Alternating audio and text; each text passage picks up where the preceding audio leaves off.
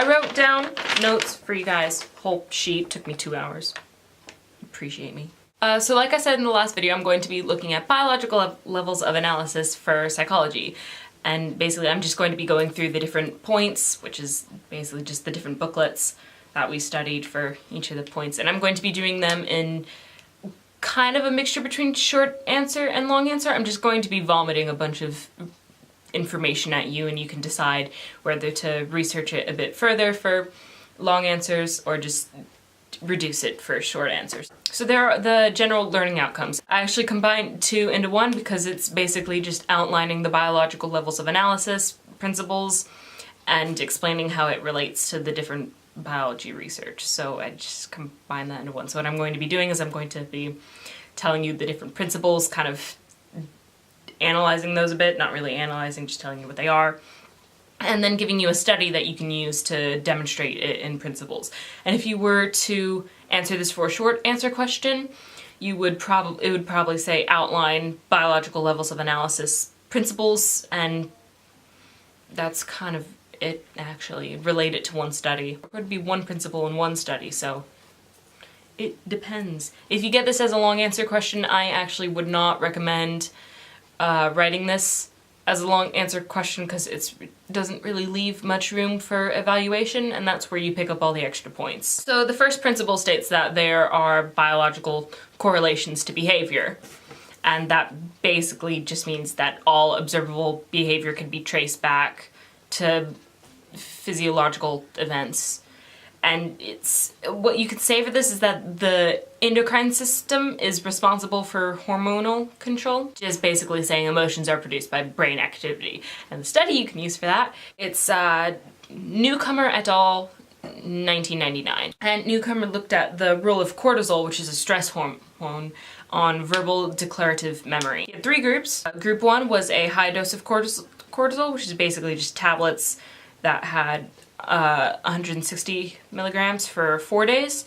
Group 2 had a low dose cortisol pill, which is 40 milligrams for 4 days. Group 3 was the control group, and they had placebo pills. At the end of the 4 days, participants had to listen to a paragraph that was read aloud to them, and they had to repeat it back, and it was kind of tested to see how well they would be able to recall the paragraph. And Newcomer found that the memory system is negatively affected by increased cortisol under long-term stress, because group 1 had the worst performance out of the 3 groups. So the cortisol would be the biological correlation to behavior, and the behavior would be memory, and that can kind of demonstrate and prove the principle that there are biological correlations to different behaviors. The second principle states that animal research can provide insight into human behavior. And be careful with this one because it specifically states insight. Not actual knowledge, but insight. And that's because the animal research it can't be generalized to humans. But this principle was initially based off of Darwin's work, which states that we all kind of have a common ancestor, which means that we all, like humans and animals alike, have similar traits, and therefore you can make inferences about human behavior based on animal research. For example, you can say brains in monkeys and apes are closely related to human brains. The study you can use for this is one that I'm actually going to go into in a later video. Forgive me, I don't know how to pronounce this guy's name. Rosenzweig. Rosenwig. I can spell it. Rosenzweig. And Bennett, 1972.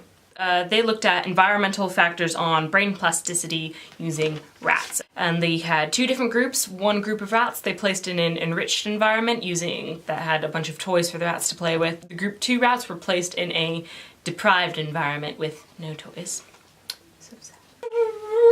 Sad violins. In horror movies, I want this group of violins to, like, I would like to know how they're all around with like a really like happy tune, like the killer's around the corner.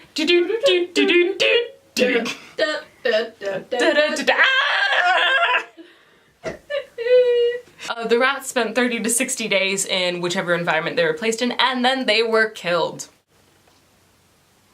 The rats were then dissected and their brains were looked at, and it was found that group 1, which was the rats in the enriched environment, had a thicker layer of neurons in their cortex, which basically just means that their prefrontal cortex was enlarged. And since the prefrontal cortex is associated with thinking, it kind of shows that the rats that were in the enriched environment with the toys had to think more, so therefore it caused their brain to expand. And again, this provides insight into human behavior because it provides a baseline test, but it cannot be generalized towards humans. So basically, since human brains, it's also been found that the cortex deals with reasoning and thinking, then it can relate back to this rat study. But again, rat brains and human brains are very different. So that's why the principle is animal studies can provide insight into human behaviors, not can provide clear general knowledge. Insight.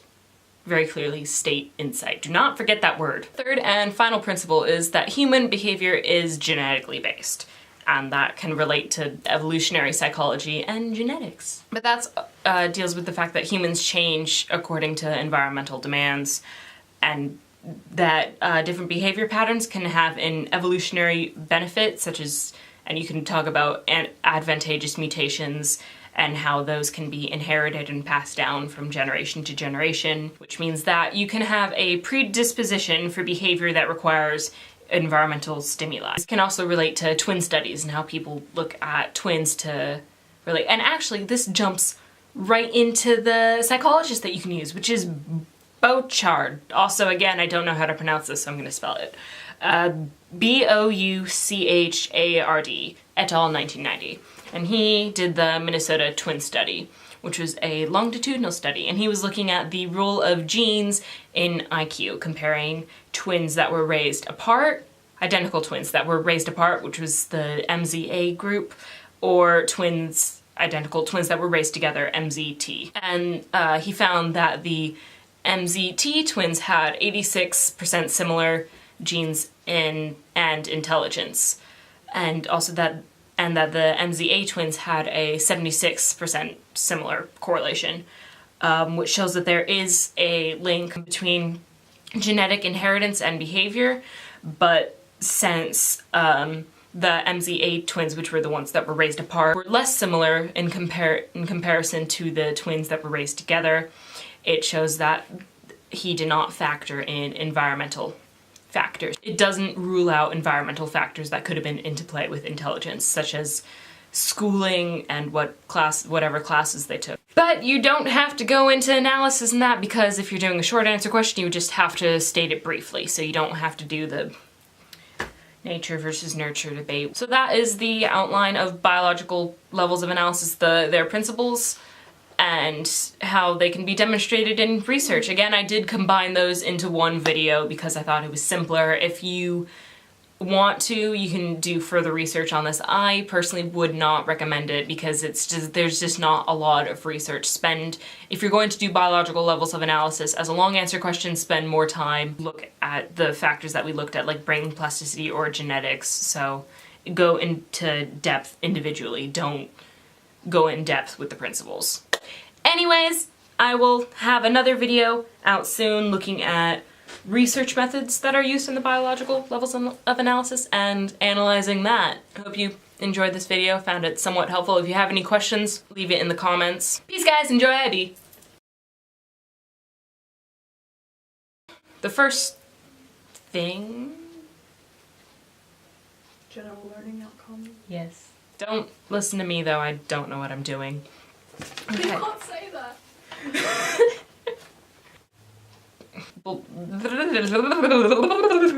Rewind. You can make Rosenweg.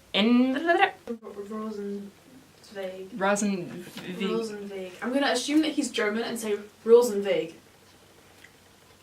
Speaks German. I used to. Does not speak German. I know what I'm doing. I know what I'm doing. I know what I'm doing. I know I can't say it. We can cut it out. It's fine. Cut this out. As you want. The level of saltiness. Just sugar to balance my saltiness.